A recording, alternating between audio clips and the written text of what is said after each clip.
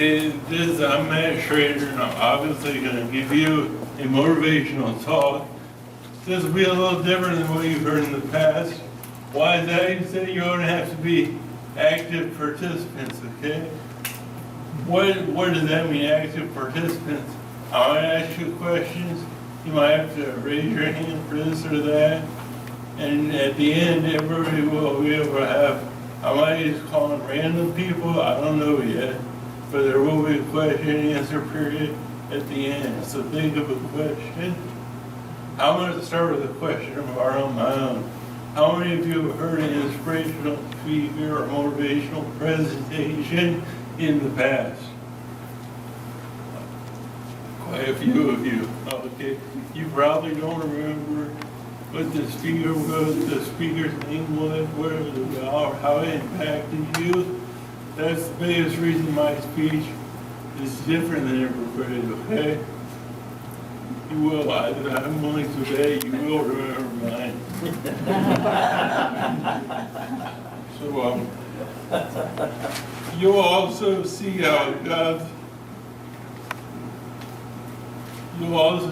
with God's grace and goodness mixed with your determination and, with your determination, positively,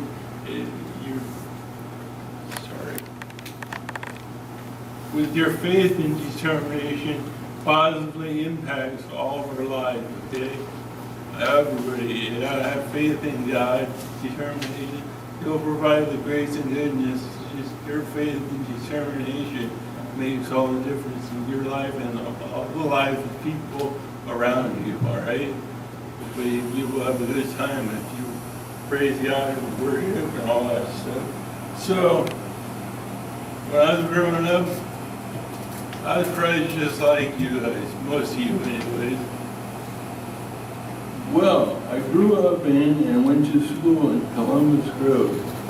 I thought about all the things that a normal boy or young man here thinks about. I was just like you. My favorite class in school was math. My least favorite subject was English.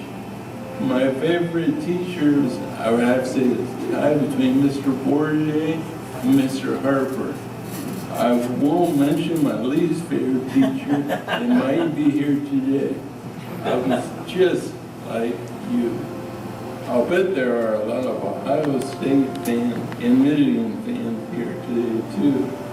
I won't say yet where I stand, but you can be sure that I'm on the right side of this debate. I like sports and rivalries too. I was just like you. I was a very active kid even before I could exercise much on my own. You can see here me exercising on my dad's shoulder. And watch out for this group of young boys. As you can see with these pictures, competition and sports played a large role in my life. Academics were important to me, as was family and friends. I come from a large extended family. My dad is the oldest of 9 kids, and most of them and their kids would visit my grandparents' house on Sundays when I was younger. Faith and religion were a big part of my life, and I'm not preaching any religion here. Everybody can believe whatever they want, but I'm just asking you to have faith in something. Stay strong in it. I was just like you. But there are a few people here who had some injury in a sport they play. You maybe even had to go to physical therapy. I was just like you. I tore my ACL in varsity basketball game my junior year. I still remember the therapy from that injury. You see, my therapist, whom I recall that day, was not exactly a teeny tiny lady. I was lying on the flat table with my ankle on a raised block of some sort, and the lady was measuring how straight my knee would get. Her assistant did the measuring as she used all of her body weight to get my knee measured 180 degrees straight. Wow! It never went completely straight, as you can tell from this junior year prom picture. Be careful though. The tall girl standing next to me in the middle of this picture was not my date. She is my second cousin, and we're not from Kentucky. All the guys are Schroeders, and one girl. Two of the guys were my first cousins, and two of the girls my second cousins. Family and friends are important. We had fun hanging out and going to prom. I was just like you. In fact, in almost every way, I was just like you sitting here today. Now, when I was a senior, I had everything going good for me. I had terrific grades, fun with friends, and at college, and boom! My life was interrupted just like I was interrupted by that image. And the life I had planned changed just like that.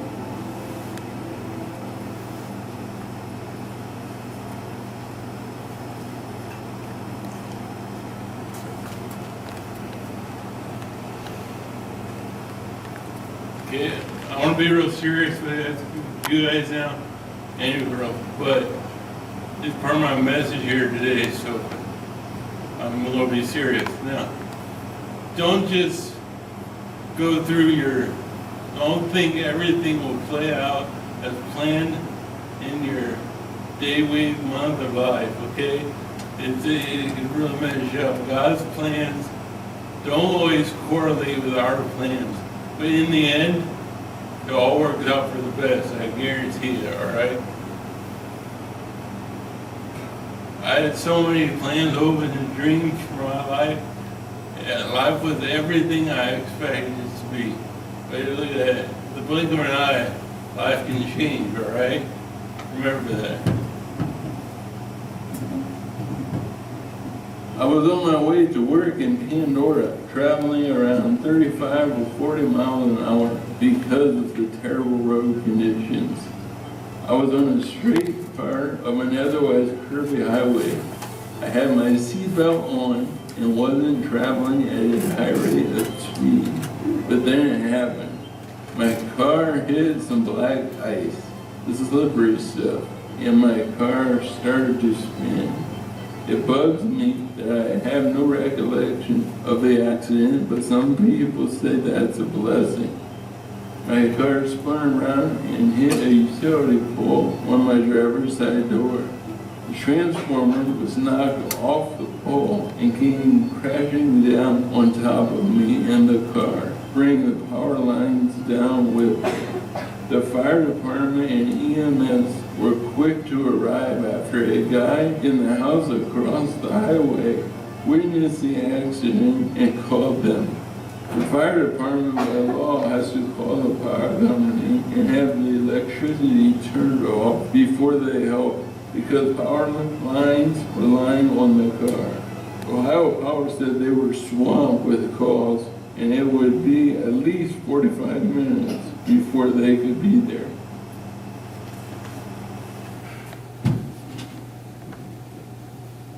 Okay, I was in a tight spot, right? I needed help now, not in 45 minutes from now.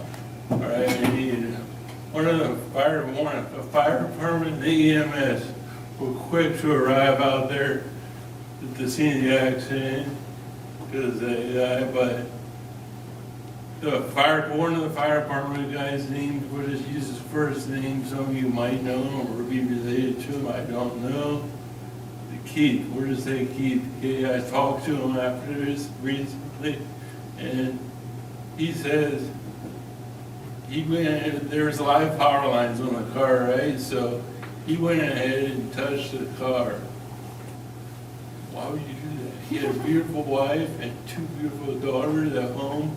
I have no idea why he decided to bump the car, but he did. So that he did it on purpose. He didn't electrocute the hook lines off the car, and they help me, okay? There are good people that will help you in a time of need, right?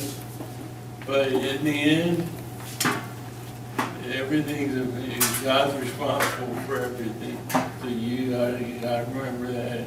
Don't be against all people, though, because there are people that will help you in times of need. I had everything in my life wrapped around my finger, just like that, right? Think about that, okay? You'd be responsible for your own actions in your own life. You can't just assume your teacher or your parents or whoever's going to be responsible for you or whatever, everything's going to be okay. You got to stand up for yourself and do things right.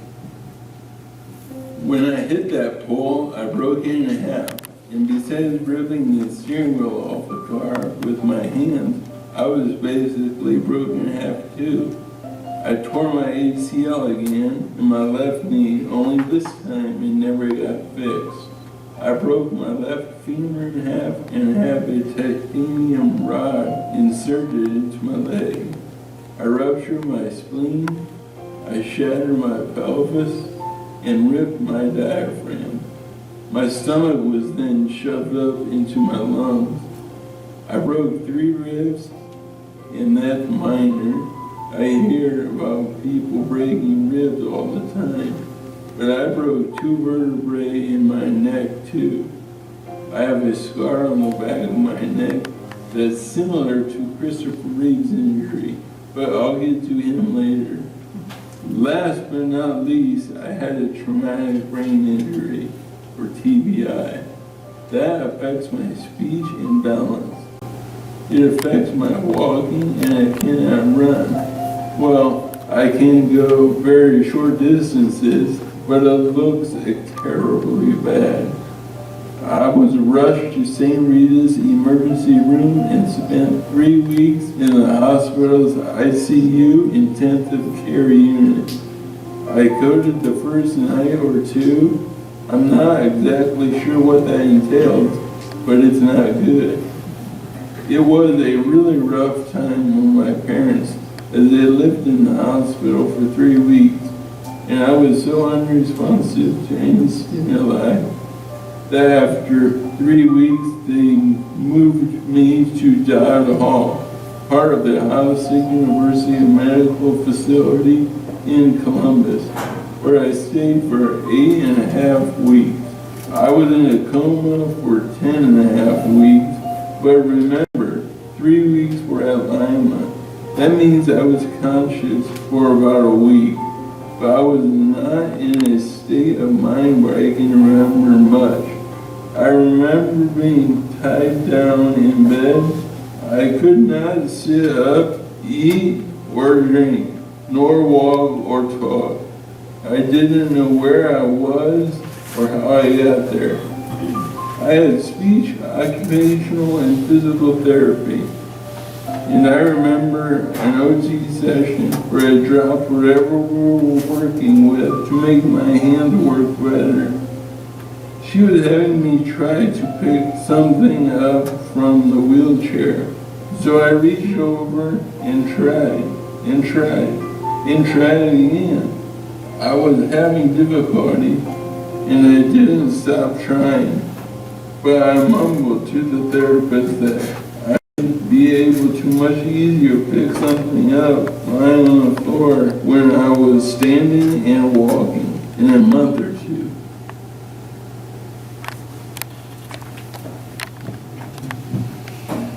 She looked me in the eye and she said, what's your name? Yeah. She said, Brian Wood? No, she called me Matt. She said, Matt, I don't think you're ever going to walk again. So if you ever want to know how to walk and pick something up from the ground from standing, I suggest you practice now.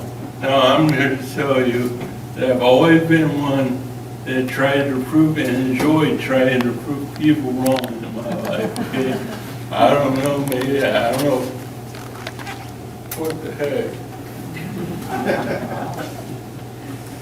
Mike, I don't know why they did that, but I don't know. Everybody's probably like that. I don't know. Nobody knows what you can and can't do by yourself. Now, okay, I believe God knows what you can do. It's your own personal belief.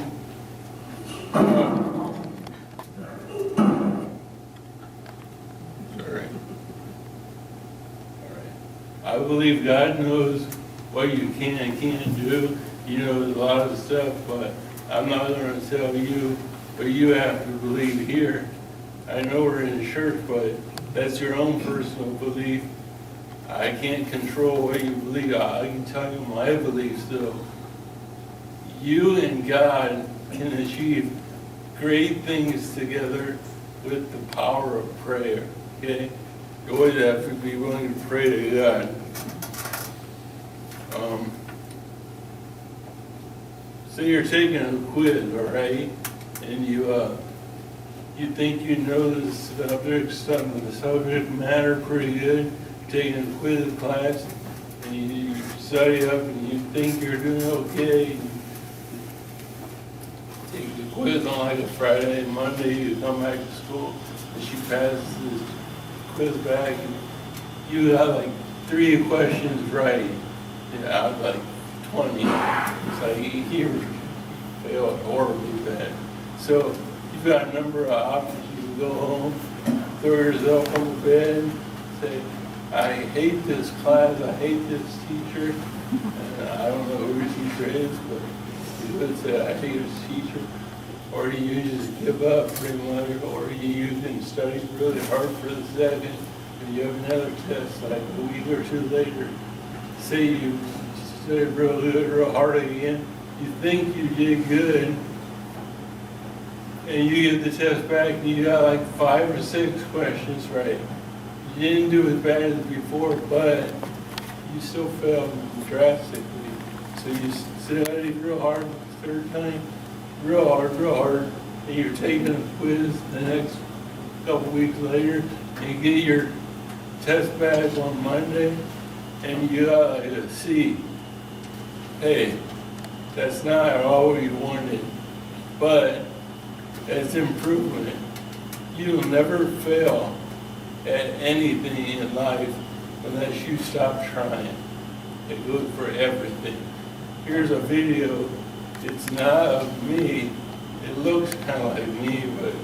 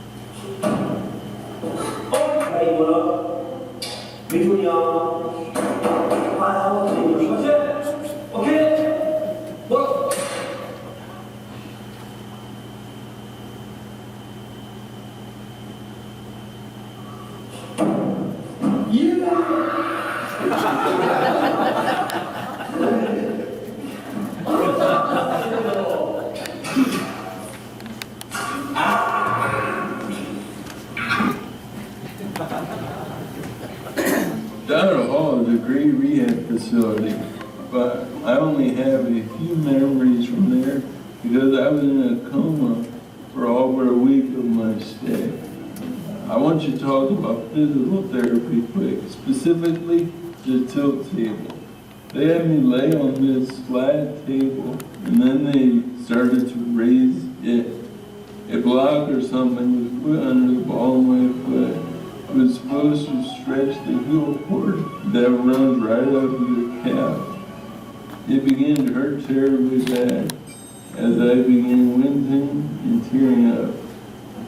They told me it was supposed to hurt, but they had to stretch that out after the extended lack of use. I didn't know how to talk yet, but I understood what they were trying to accomplish. The stretching was okay, but what hurt was the block under the ball of my foot.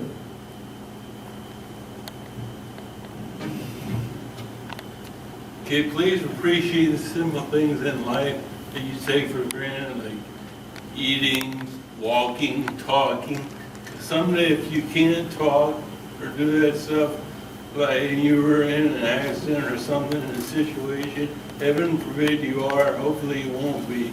But if you ever are in that situation, it's a real chore to communicate to the others without using words.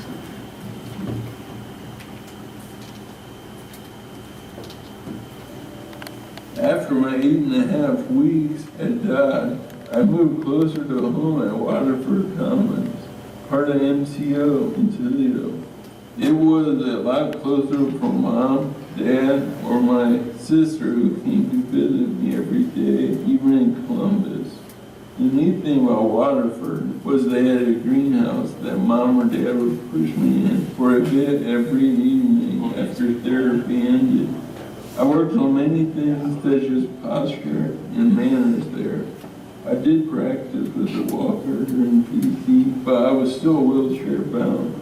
I could come home from Toledo on 3 of the 5 weekends I was there. Each time was for only a 24-hour period, but that was much appreciated. Like my senior prom I went to. I was in a wheelchair though. It was the first year that Columbus Grove had a meal at the prom. Well, being in that wheelchair didn't exactly give me the freedom to go out and bust a move. That was maybe a blessing in disguise, because I never was one who had a skillful repertoire of dance moves. By the way, I still can't dance.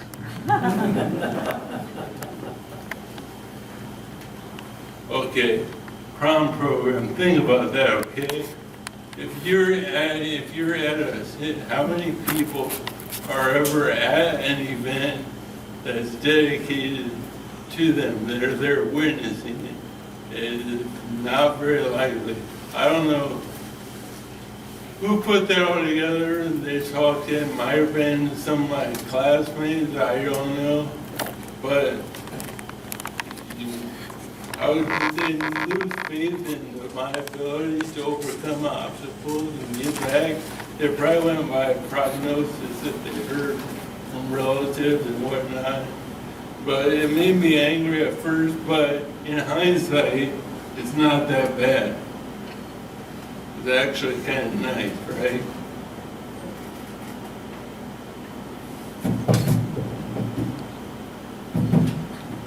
The next day, I went back to Toledo. Waterford was half nursing home and half rehabilitation. I was temporarily on the rehab side, and the initial plan was to move me over to the more permanent side after several weeks. After 4 weeks, we had a meeting with therapists, counselors, and my parents, where it was determined that after 10 more days of therapy sessions, I would be able to come home if I continued with outpatient therapy. That last 2 weeks I was there seemed to fly by. I could see the light at the end of the tunnel. My mood changed and my parents were happy to see my sense of humor start to come back. My occupational therapist in Toledo told me that I'd eventually be able to do things with both hands that I used to do. I said, "You mean I'll be able to play the piano?" To which she replied, "I don't see why not." "All right," I said. I never could play it before.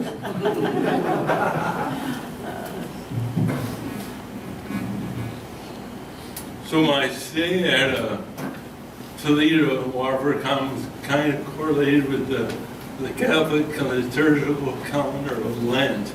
I went there on Ash Wednesday, which is ironically, and I left on Good Friday. Let me say a little bit about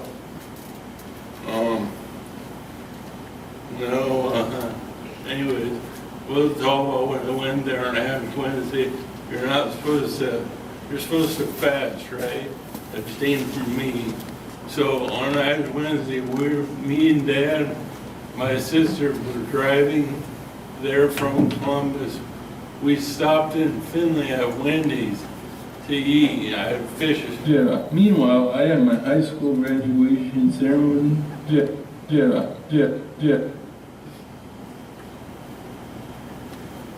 I hear it before?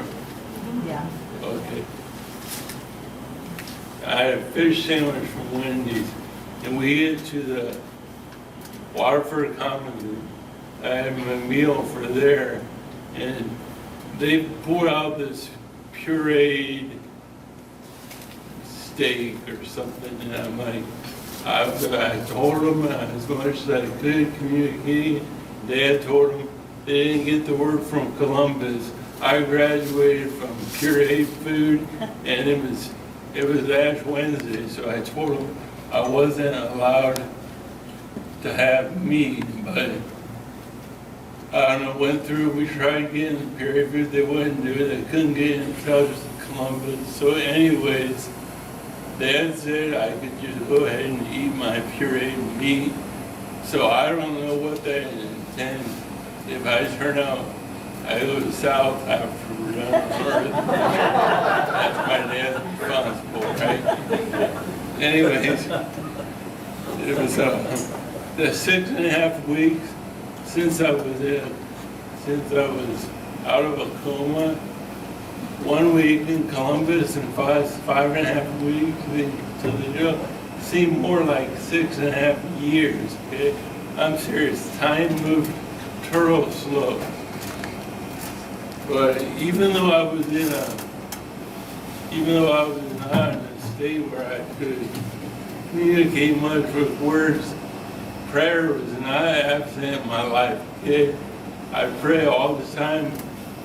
We pray all the time, and hopefully God used God's strength and courage and strongly gave me strong willpower to overcome obstacles in my life. Okay, there's a lot of stuff that I have to give credit to God for, and you give credit for God for all of this stuff. There's too many people that don't do that. It makes me angry. I was finally home. All right, I'm done, right? Woo! Made it home. No, I had outpatient rehab. I had PTOC, speech therapy, physical therapy, occupational speech.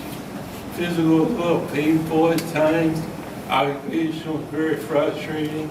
And speech was my least favorite. Ironically, that was not the most grueling. I mean, you didn't do much, but they had me do these dumb, what I thought were dumb, mouth exercises to strengthen your cheeks and tongue and everything. Like, I don't want to do that stuff. I just wanted to talk. I was a senior in high school. They wouldn't let me talk.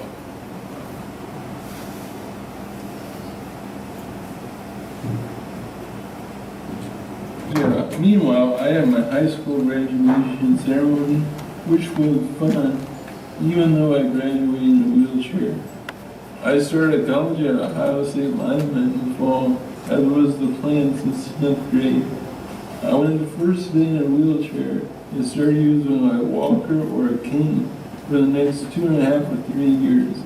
I went part-time the first year, then went full-time after that. During that first summer break, my driver's license was detained. People often questioned me, asking, "Aren't you afraid to get behind the wheel again?" Being able to drive never worried me, and it was definitely a feeling of freedom. I was no longer at everybody else's will to get places. In my early years of college, I had outpatient therapy after class. Things never seemed to improve fast enough, but many wonderful people were met in rehab. Most of them were my therapists. I maintained a friendship with my initial outpatient occupational therapist, Laura. She uses me as a guinea pig in her occupational therapy courses. I'm not very guinea, but I can be a pig at times. I went to her University of Philly classes when she worked there, and now I help her out at the University of Toledo, where she is now a professor. I graduated with my Bachelor of Science degree from the Ohio State University on Friday the 13th of June of 2003. I learned that Christopher Reeve was going to be the commencement speaker in Columbus on that day. He was this world-famous actor, best known for his role as Superman, who fell off a horse the day before an equestrian competition and had a very similar neck injury to mine.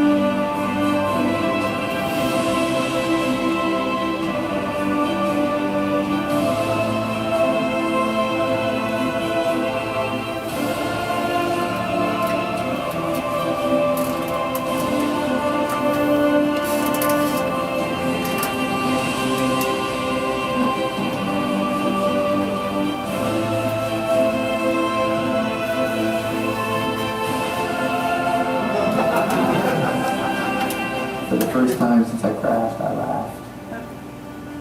And you know, it was seeing him and laughing and enjoying each other like the old days was one of the first indicators to me that life could be great again.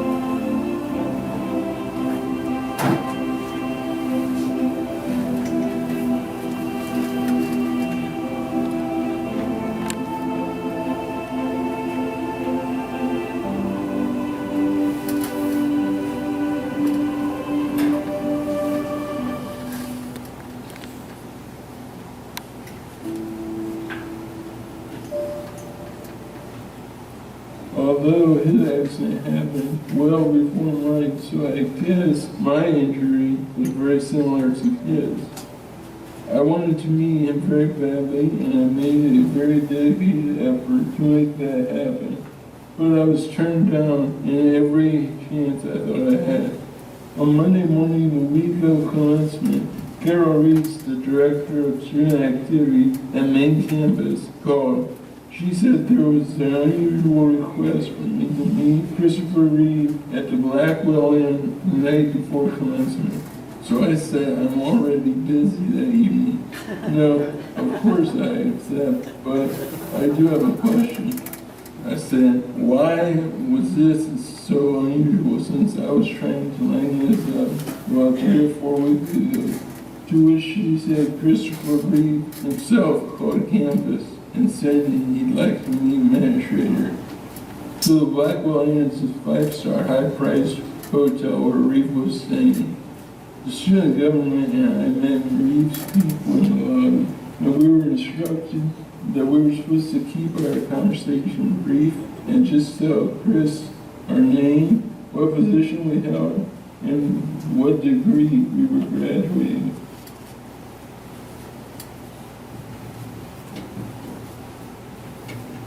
So I was last in line the whole time. I'm thinking, what am I going to say? You see Christopher Reeve, this legend actor, sitting next to you, and what am I going to say to him? And I said, it seemed like about an hour, but it's probably about 10 seconds. But I proceeded, and I told him a little bit about my accident and recovery. Obviously not as long as this, but it was a short and knockdown version, but it obviously took longer than it was supposed to. So I said, yeah, I told him what happened about accident recovery, and he said, how'd you walk again? He stopped at the end, and I asked a question, he said, and I said, I'm thinking to myself, why can't you? So he said, how do you walk? And I said, Chris, there's a lot of faith, a lot of hard work, a lot of family support, a lot of prayer. And right then I thought, from reading his first autobiography, he wasn't very keen on the whole issue of God and prayer. He was kind of ticked off at the world and God for what happened to him. And that was obviously the wrong thing to be. I obviously shouldn't have changed my story, but I did because I was kind of nervous talking to him. I said, Chris, let me answer your question, scratch that. Answer your question, but the question of my own. I said, do you ever think you're going to walk again? And he said, looked at me, and he said, well, the doctors say if A, B, C, D, E, F, and G happen, there's a 50% chance that I'll be able to walk again. I shook my head. You're not hearing me, Chris. I asked you, are you going to walk again? And he said, well, we put it that way, yeah. So I said, if I'm ever lucky enough to see you again, we'll both be walking. Unfortunately, he passed away due to complications from the neck surgery in 2004. And I could almost see the gears turning in his head, though, when I asked him that question, do you think you're going to walk again? He's probably thinking, if this schmuck can do it, why can't I do it? I'm Superman. But I don't know. Rick was ticked off in God's world for what happened to him, and I don't think that helped him at all. Through seeing him and realizing how far I've come with God's help, they gave me healing, strength, and hope, and courage, power to get to where I was. And then today, maybe even farther. There's 3 important things that I really wanted you guys to know. I know this might not apply to some of you younger kids, but it will in the future. Some of you older people, it might. I'm like 43 years old now, that's pretty old.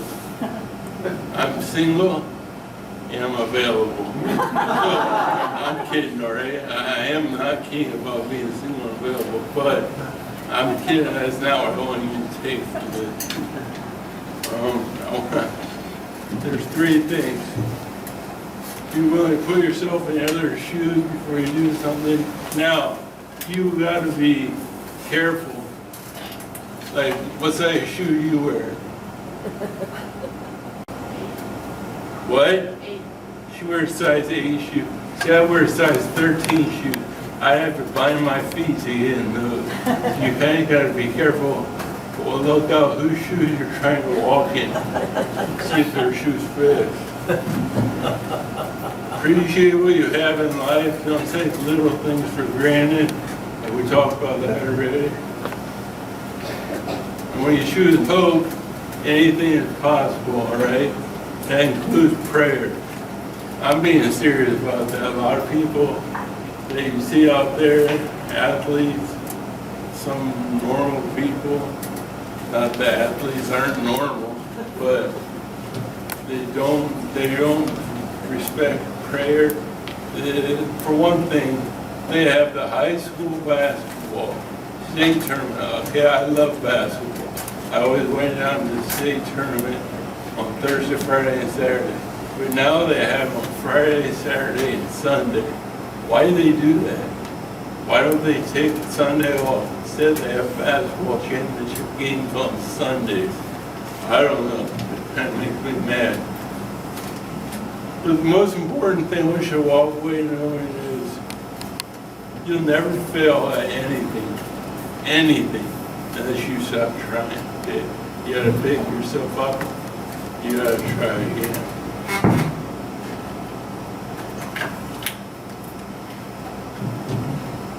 Don't let others tell you what you can and can't achieve. Okay? They know not what will happen after your effort. I believe everything happens for a reason, however.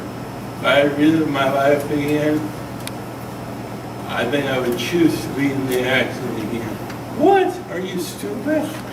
No, I wouldn't choose the pain and suffering to not be able to do this or that your senior year of high school. But if there was some other way to achieve it, I would much rather go that way. But I don't want to mess with God's plan, okay? God's plan is the best plan that can happen in your life. You got to believe that and have faith in God's plan. Don't just think it's not going right. This isn't what I had planned. God's plans don't always correlate with your plans, okay? You gotta be respectful. Let's see, I had a couple other things. So no matter what life throws at you, remember it's your choice that makes all the difference. The rest is up to you, I say, because that's the rest, but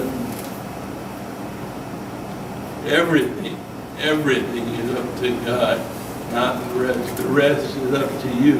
Everything else is up to God, but you have the rest.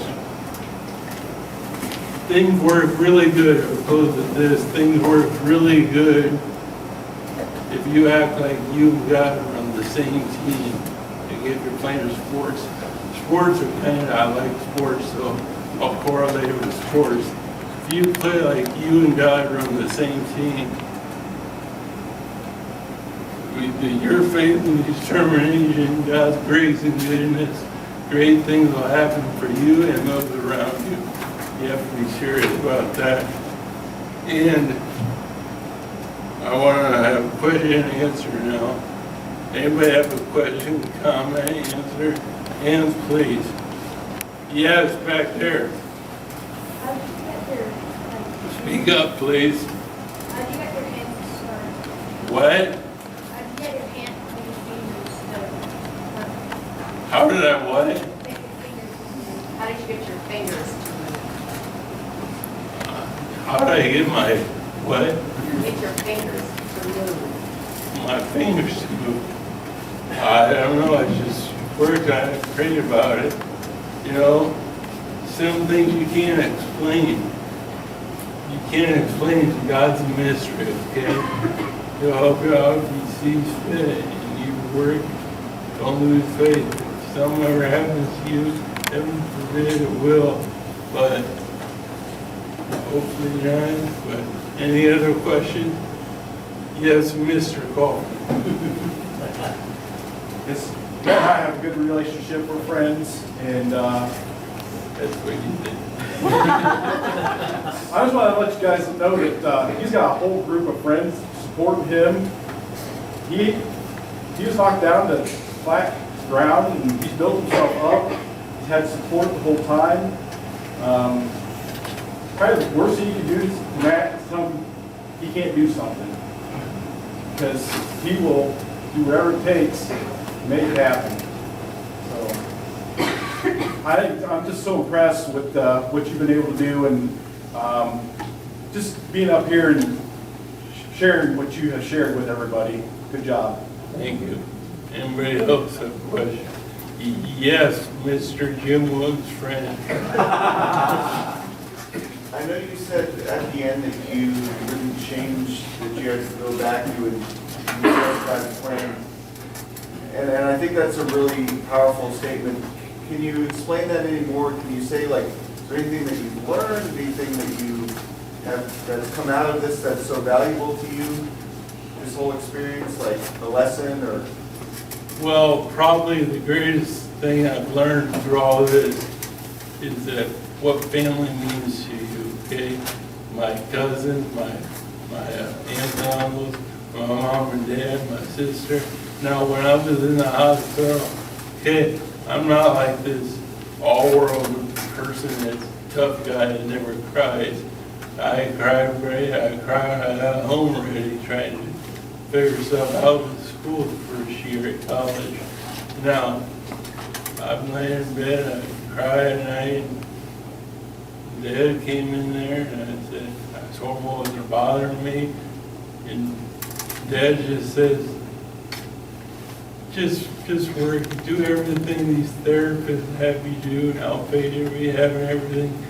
Maybe you'll get back to walking someday, or whatever's driving. I mean, it's the same difference, but you just gotta keep working. I have faith in family, and my family has been very tight to me. I had a lot of cousins that mean a lot to me too. A couple of them are here actually. Yeah, question, you right there in the front, ma'am, are you? Oh, it's fantastic, wonderful presentation, I'm thoroughly impressed. Thank you. Anybody else? Yeah, right here, Get Judy. that from your aunt. You are? Wow. That's great to hear. Who's married to? Who are you married to? Okay. I really do. I have to concur with the other people because your presentation is just so wonderful and beautiful. And giving, Matt, you're a very good witness. Your testimony is a good witness to perseverance and really working hard and trying hard in the face of adversity. And I mean, you know, God, you listen well to God, He put that into you to work hard at it, Matt, try hard, because that's important for everybody, you know, physically and spiritually too. That's really good. So, yeah, it was a very beautiful presentation, Matt. Thanks, Judy. God bless you. God bless you too. And hopefully, you'll be safe with Wayne. What'd you say? Hopefully you'll be safe with Wayne. Wayne's my uncle. She's married to him. Anybody else have a question? Jim, what? Excuse me. Is basketball still your favorite sport? Yes. You guys actually play much? I mean, like, you get into basketball courts and... I horse around with the basketball, Okay. one-handed, with my right hand. I'm not very, my left arm doesn't quite work right. That's okay. You know, I can't play basketball like I used to. That kind of killed me. You besides the fact that I'm 43, I can't do that stuff like a normal 18-year-old could. And then even I can't do it like a normal 43-year-old either. So, any other questions? Sarah? Question, comment? I think it's great that you're teaching these kids to just persevere and focus on prayer now, because the things they go through every day at school when they're their age, it's the same lessons of what you showed us all how to do in a big way. So I hope they take it serious and persevere and never give up and pray every day. But are you still praying for more continued healing, or are you just grateful for where you've gotten? No, I'm praying. I pray every day for continued healing. That's awesome. And there's someday, I firmly believe that it'll just, I mean, I ain't gonna talk about here, but it'll work out right. I think it'll go good in my life. So, any other questions? Marilyn? Yeah, that's you. Oh. I just think it's a good reminder for all of us, not even just the kids, not to take anything for granted in life. Clint? You had nothing to say? Not a lot, just admiring some of those pictures you had of those guys playing basketball in your place. So. They look pretty fierce, don't they? No, it's really good, Matt. It was a good presentation. Good. So It's amazing. part of what you quoted Mr. Schroeder saying is that there's some people out there that are more paralyzed than I am, even though they're not been walking around. I think the last time I saw this presentation was many years ago, and it's awesome. It's awesome to be here and hear the story again, and just how my perspective is shaken by it. And it's like it brings more awareness, like who I am, who God is, you know, like who you are, what you've been through, and I think that's awesome. And in a way, like not only does God put us through the physical issues and stuff like that, God puts us through the mental, the emotional, the spiritual challenges. And I love how all of that's come together for you. So. Yeah, Jim's friend. I just wanted to add to that. I mean, it's definitely impressive what you've been able to do and what God's done for you. And I think your final comment there about how you not feeling like you would change anything. I mean, that's to me such a powerful testimony that you're trusting God. Why would you want to change anything, right? Exactly. Yeah. You're trusting God, and He's God's showing got a you plan things. for your life. I want to, obviously, I wouldn't want this stuff to happen, and it did, but if it wasn't part of God's plan, I wouldn't want that.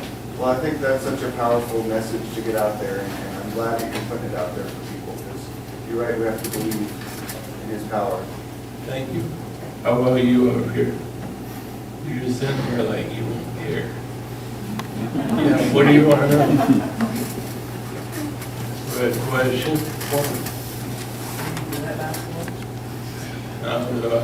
Probably on the good side of average.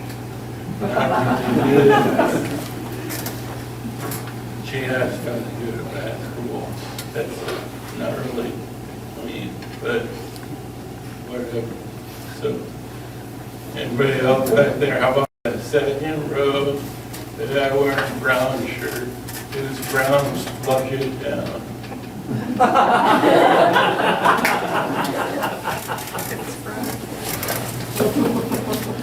What do you want to know?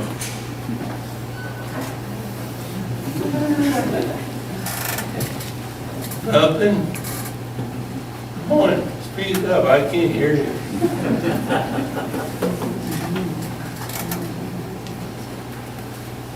Matt? Oh, that's Marge Haven. Marge Haven. Okay. Hi, Matt. I'm listening to you talk, it reminds me of the song, God never promised, I don't know what the exact words were, God never promised me a rose garden. I can sing too, but I'm not. Do you know the words? Yeah, I don't know how I'm going to say it. But I can sing, can't you? Anybody who's going through any illness, it's just that God didn't promise a to Rose Garden for every day of our lives. You're living that. That's true. You're living Right. I just saw Brian Schroeder.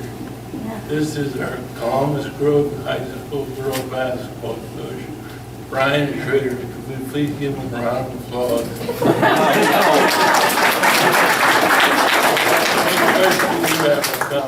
I just thank you for taking the time to invite me to come today. It's very good, Matt. I'm very impressed. Thanks. Harold Gurdon. You're on the block. Matt, I have a video of you when you were playing basketball when you were much younger. I do too.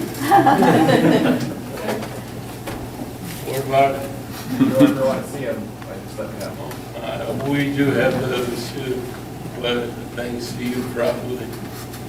Rita, do you have a question, comment? No, I don't. I just want to thank you for taking the time to give the opportunity to hear you. And I hate to cut it short, but their parents are probably wondering where they're at. It's all time for the CC's children to roll out. Thank you, everybody. Thanks for listening.